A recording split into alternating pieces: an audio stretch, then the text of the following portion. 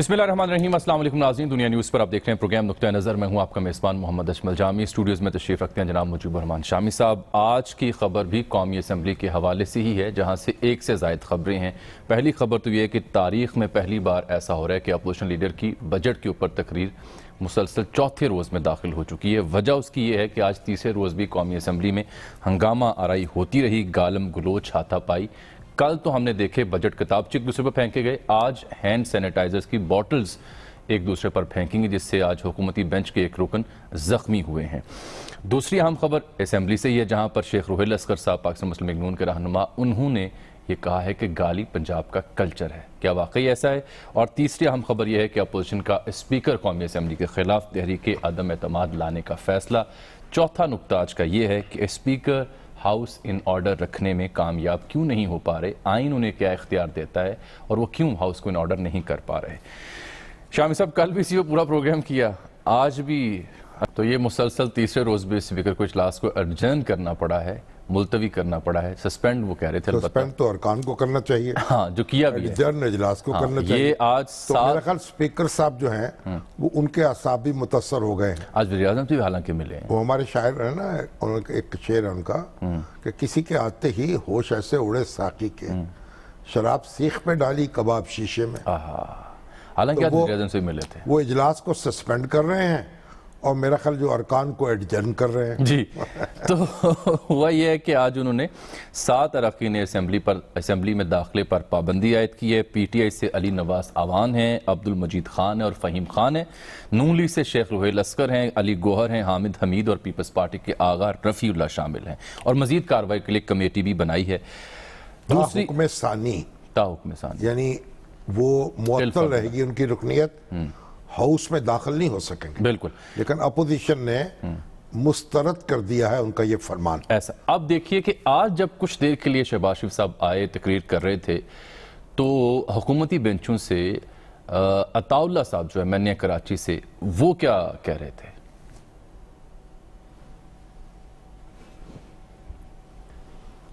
अच्छा, अताउल्लाह साहब वाला तो मैं आपको सुनाता हूं क्योंकि उस पर बीप लगानी पड़ेगी, ऐसी गुफ्तगू कर रहे थे। इकरामुल्लाह साहब जो हैं हुकूमती बेंचों से, अलबत्ता वो आज जख्मी हो, कल मलिका बुखारी जख्मी। आपके बाद लड्डू फूट रहे हैं माशाल्लाह। किस बात से? मालूम, बड़े खुश हुए, आपको बड़ा हंगामा है। सर, मुझे तो अफसुर्दगी है कि ये हम अगर अफसुर्दा चेहरा ऐसा होता है ये तो मुस्कुराता कैसा होता होगा? बेबसी पे हंस रहा हूँ सर। अच्छा, उस बेबसी पे जो मुझ पे एक शहरी के तौर पर तारी है, एक वोटर के तौर पर तारी है कि इन लोगों को वोट दे के भेजा था, कानून साजी करें, आला रिवायात को, अखलाकियात को परवान चढ़ाएं। और फिर क्योंकि बजट किताबचे कल चल चुके थे, आज किसी नई ज़रूरत थी ईजाद की, तो आज फिर जो हैंड सैनिटाइजर्स पड़े होते हैं सरकारी तौर पर अरकान के बेंचेस के ऊपर, उनका इस्तेमाल अपोजिशन की जानिब से किया गया और हुकूमती रुकन इकरामुल्लाह को ये एक बॉटल लगी। उनकी हालत क्या थी देखिए। उनकी इसकी चोट भी शदीद हो सकती है। बिल्कुल, अब देखें, बॉटल अगर भरी हो, बड़ी बोतल हो, कम से कम 500 ml या 600-700 ml, तो एक छोटी बोतल काफी जोरदार, देखिए, दिखाइए, धमाका हो सकता है। लगी है उनकी आंख में सर, जैसे कल मलिका बुखारी साहबा को। ये देखिए, ये इकरामुल्लाह है और इनके ये नाक के नीचे ये बॉटल लगी है और वो सुर्ख हो गया उनका ये चेहरा, यहाँ पर माथे पर भी चोट लगी हुई है। कल मलिका बुखारी साहबा के साथ क्या हुआ था, जरा वो भी उन्हीं की जुबानी मलिका बुखारी साहबा को भी दिखा दीजिए और सुना दीजिए।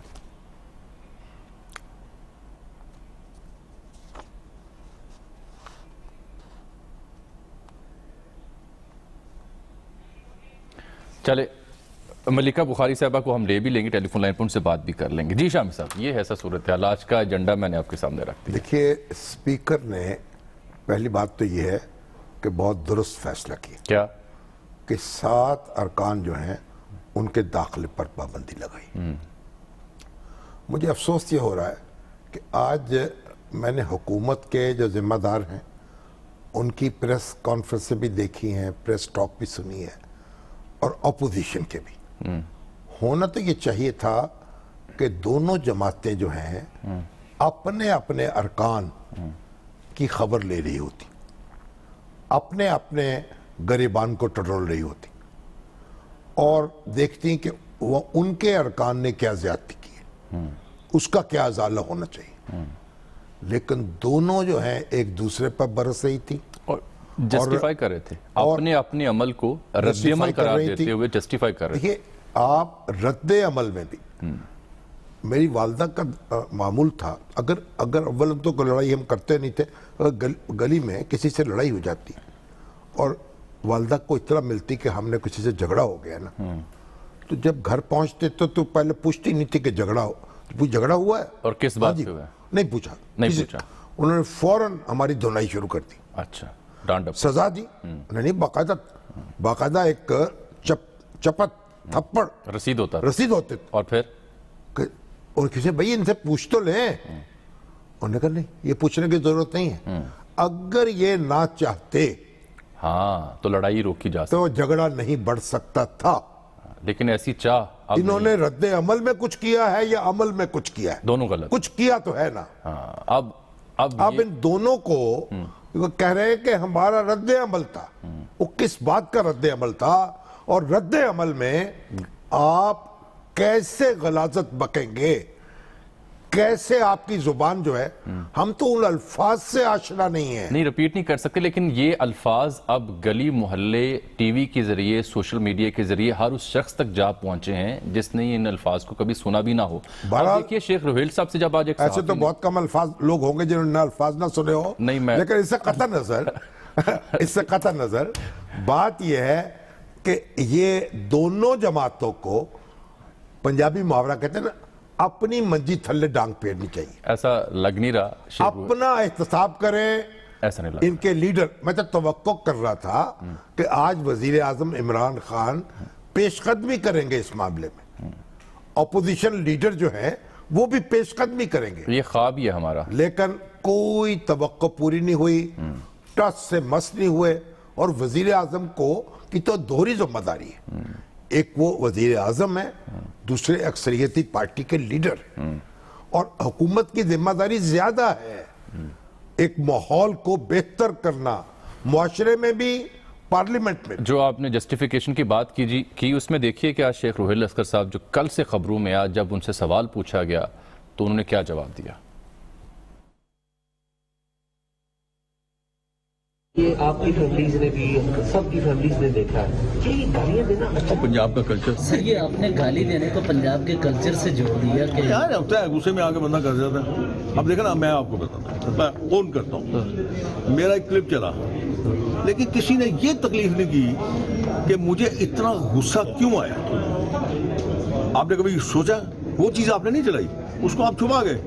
किसी बच्ची के ऊपर तशद्दुद करना, ये कहाँ का कल्चर है, ये कहाँ की इंसानियत है। और जिस वक्त मैं अगर उसको अपनी बेटी कहता हूँ या मैं बहन कहता हूँ, उसके ऊपर तशद्दुद होता है और मैं चुप करता, इतना बेगैरत नहीं हूँ मैं कि मैं रिएक्ट ना करता।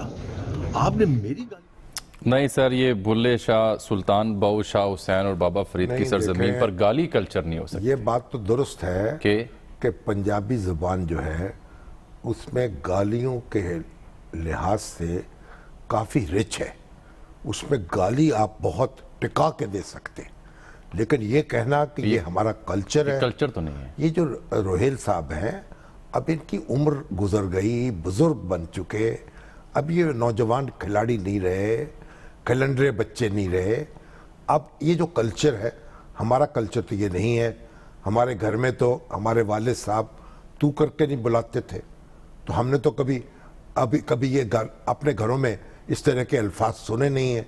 ये कल्चर जो है ये पंजाबी कल्चर नहीं है, ये गंवारों का कल्चर है, ये जाहिलों का कल्चर है।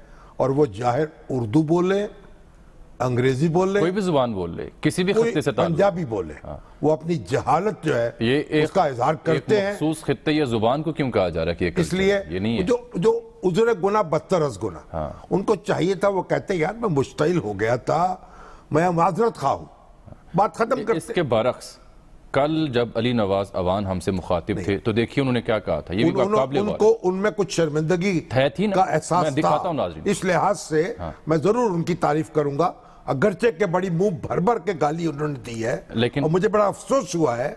बड़े अच्छे नौजवान है उभरते हुए, लेकिन बहरहाल उन्होंने कुछ शर्मिंदगी का एहसास किया। देखिए कल ही हमारे प्रोग्राम में वो गुफ्तगू कर रहे थे। ये बात आपकी बिल्कुल ठीक है और ये पार्लियामेंट के फ्लोर के ऊपर बिल्कुल नहीं होना चाहिए था। एग्रीड एंड 110% एग्रीड, मैं आपसे एग्री कर रहा हूँ इस चीज बट मैं इसको जस्टिफाई नहीं कर रहा, और बात क्या करूं, मैं इसको जस्टिफाई नहीं कर रहा।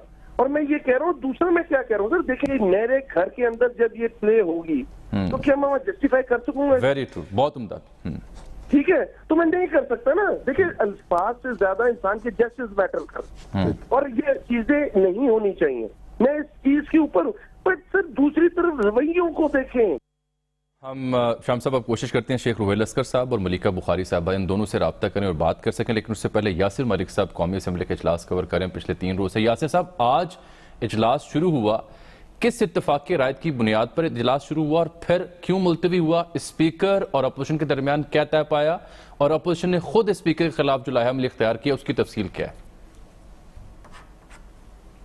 बहुत शुक्रिया जामी साहब और शामी साहब। आज का जो इजलास शुरू हुआ तो वो किसी हिकमत अमली के तहत शुरू नहीं हुआ, कोई मुज़ाकरात नहीं हुए थे कि आज के इजलास में कोई शोर बगैर सोचे समझे शुरू हो गया, हंगामा राई नहीं होगी जी।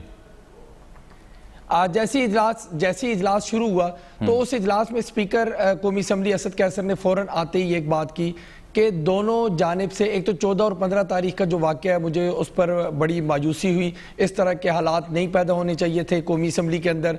और उन्होंने कहा कि 6 मेंबरान जो हैं वो अपोजिशन के और 6 हुकूमती बेंचेस से मेंबरान ये फैसला कर लें और एक कमेटी बना दें कि आया इजलास को किस तरह से चलाना है, पार्लियामेंट के मामलात को किस तरह से चलाना है, अवान जो है उसका जो माहौल है उसको किस तरह से खुशगवार रखना है।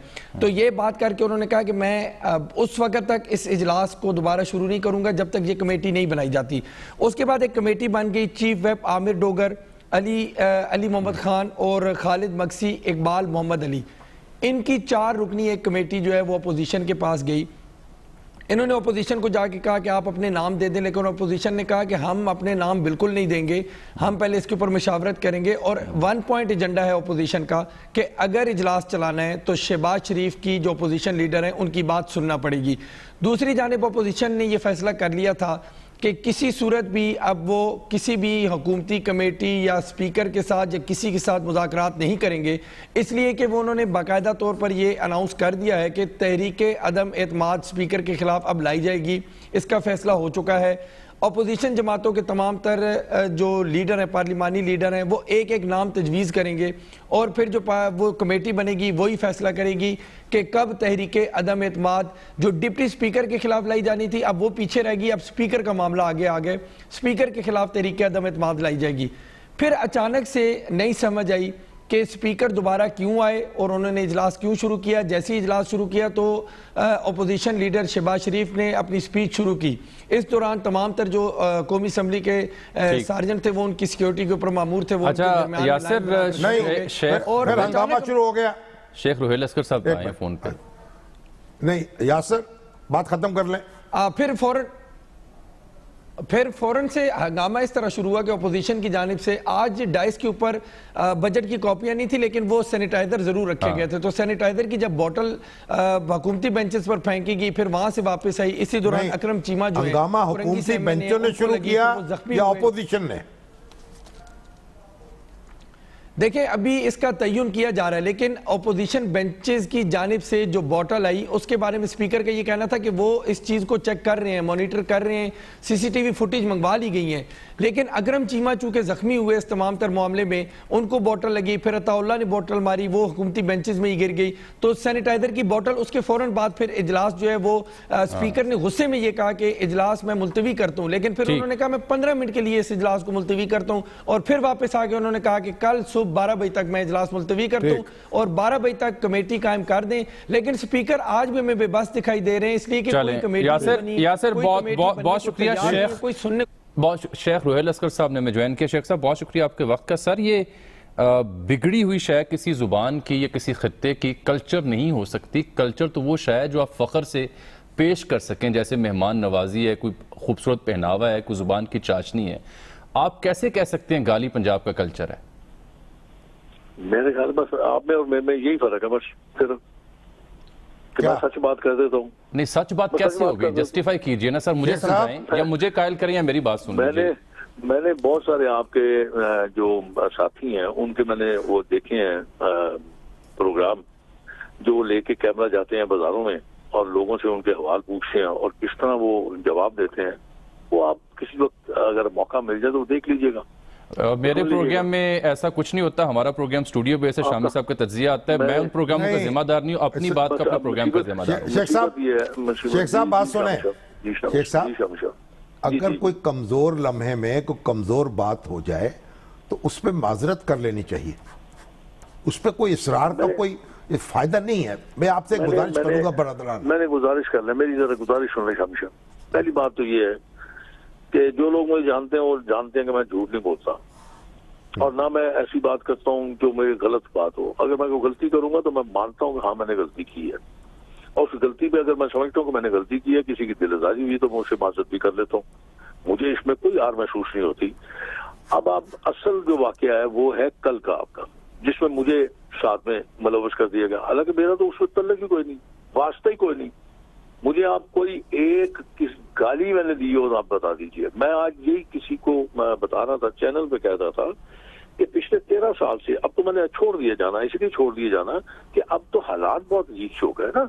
अब आप देखें ख्वातीन उठ के थप्पड़ और पता नहीं क्या कुछ कह जाती हैं। मगर शेख साहब आपने कल कुछ नहीं कहा, कोई गाली नहीं दी, मुझे यही अफसोस है। तो आपको यही बात कहनी चाहिए थी। तो आपने ये को कहा कि गाली पंजाब का कल्चर है। तो यार मैं जो देखता हूँ, मैं जो सुनता हूँ, जिस मुआशरे में रहता हूँ, मैं जो देखता हूँ, मैं जो सुनता हूँ, मैंने आपको बता दिया। आपने कुछ नहीं किया कल, ये तो वो कह रहे हैं कुछ नहीं किया। नहीं मैं वही कोर्स कर रहा हूँ ना कि आप जब किसी शख्स को इस तरह इस नच पे ले आते हैं तो फिर आपको क्या कहे वो, उसके पास कौन से अल्फाज रह जाते हैं फिर बाकी। शेख साहब वही तो इम्तिहान होता है जब्त का और सब्र का, जब्त। अब मैं कायदाना सलाहियत तो उसी वक्त काम आती है। नहीं, मैं अकेले ही शामिल साहब रह गए जब्त करने के लिए। और क्या जब्त तो किया, आप इतने सीनियर रुकन है, देखे ना मैंने जब्त किया ना। उम्र गुजर गई आपकी सियासत में। आप मेरी बात ही नहीं समझ रहे। मैं जो बात कहने की गुजारिश कर रहा हूँ, जो जिसारत कर रहा हूँ कि मैंने कल किसी किस्म की किसी एपिसोड में उसमें शामिल नहीं था, और बल्कि जिस वक्त ये कहा गया जी कापियां उछाली गई, मैं उस वक्त हाउस में मौजूद ही नहीं था, मैं तो वापस चला आया था।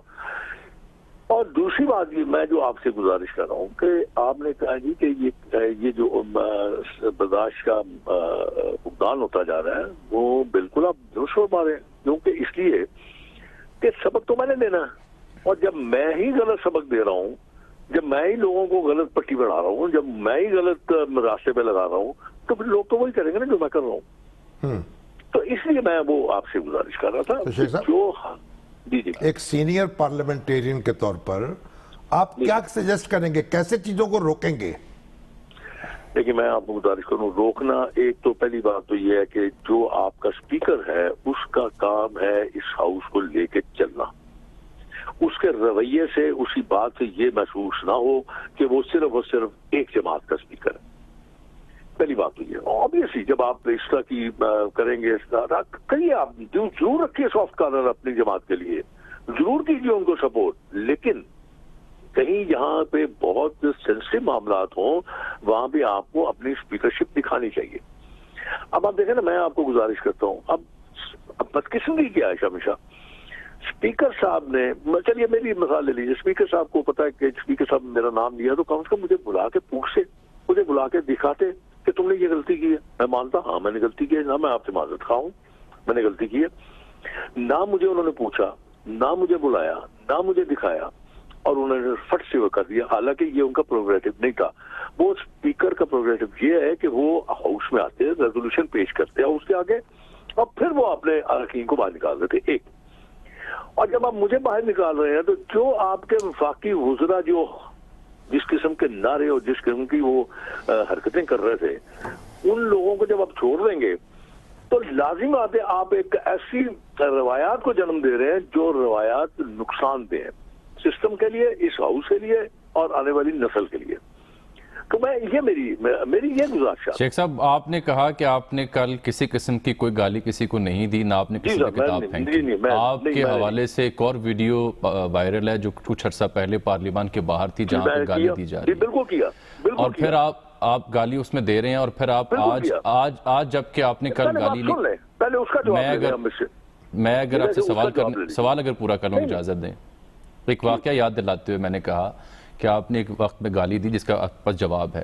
कल आपने गाली नहीं दी, आज आप उसको कल्चर कह रहे हैं और उसी लम्हे आप ये फरमा रहे हैं कि मैं झूठ नहीं बोलता। ये जो आपकी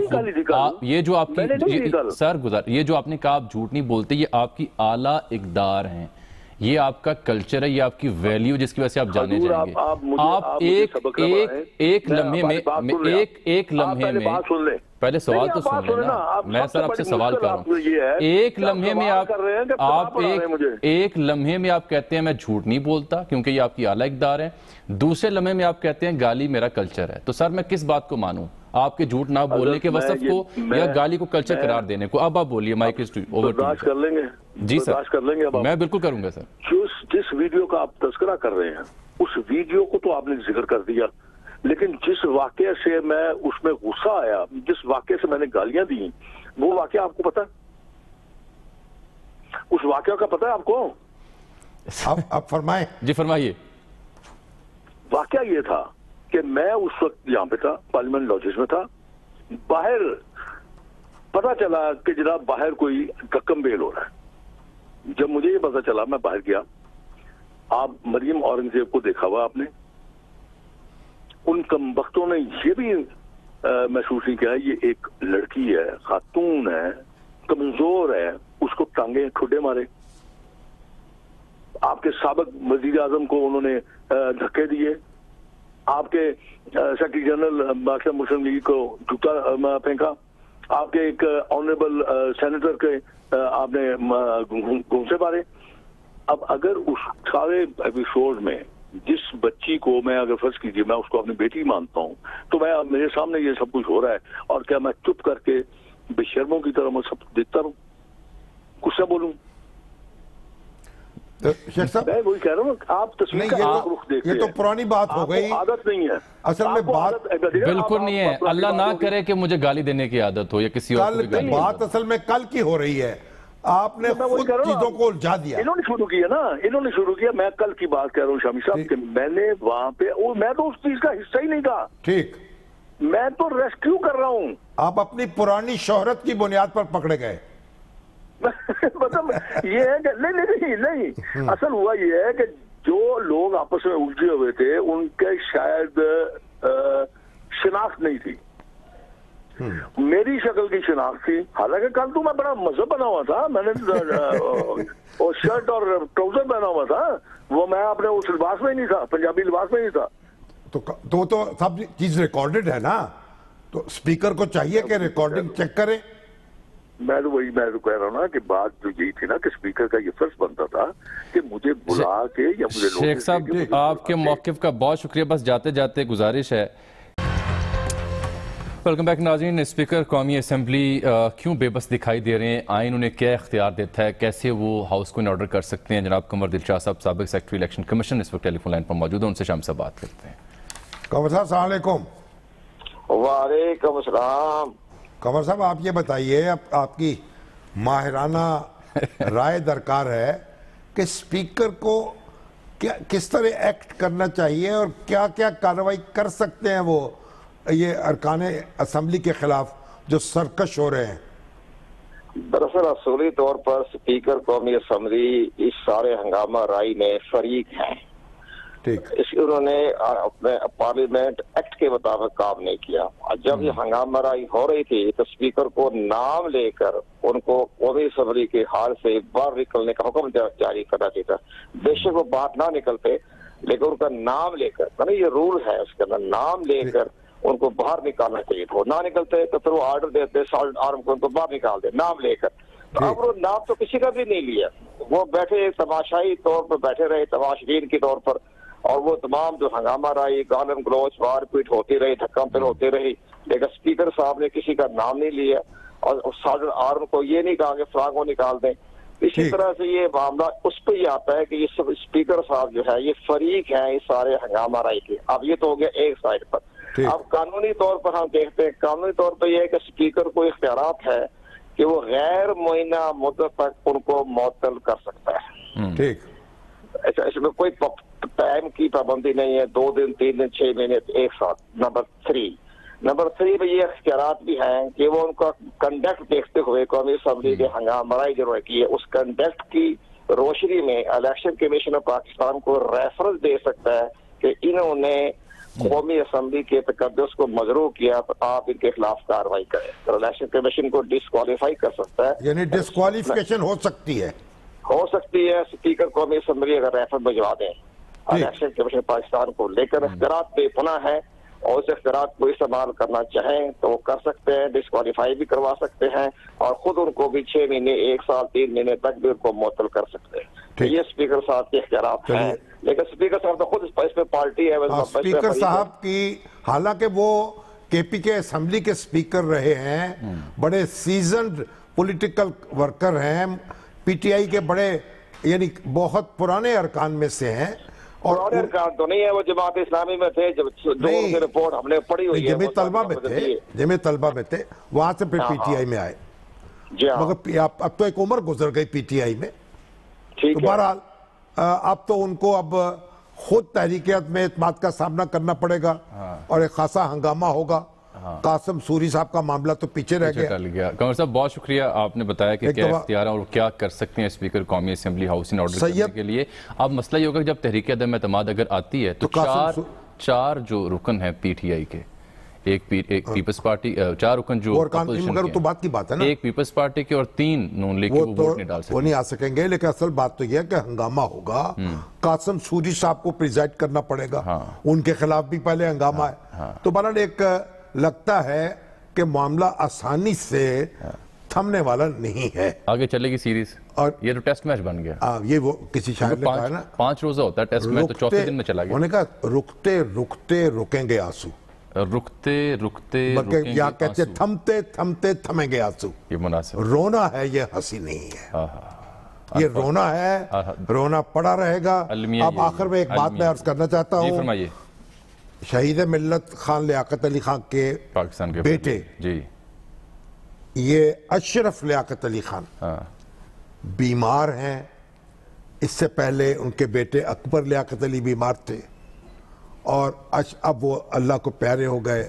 उस वक्त भी हमने अपील की थी, नहीं पंजाब नहीं तो कराची में, और से रिक्वेस्ट करते अब ये मुराद अली शाह साहब हैं, इमरान इस्माइल साहब हैं, गवर्नर है वहाँ, ये हमारे मुर्तजा वहाब हैं, हाँ रोज टीवी पे पेश होते हैं। वो गौर करें, इनका इलाज करें, इनकी खबर गिरी करें। जियाउद्दीन जहांगीर साहब ने हमें ये इत्तला दी है और या फिर मलक रियाज साहब ने पहले ये जिम्मेदारी उठाई थी, अब वो भी उठा लें। अगर सिंध हुकूमत जो है उसको खुदा खौफी जरूर करे। एक ब्रेक आ गई नाज़रीन यहाँ प्रोग्राम में। नाज़रीन, शामी साहब शहीद मिल्लत लियाकत अली खान साहब के साहबजादे अकबर लियाकत का जिक्र कर रहे थे, जिनकी तबीयत नासाज है। आज के प्रोग्राम में इतना ही, मुलाकात होगी कल, तब तक के लिए अल्लाह हाफ़िज़।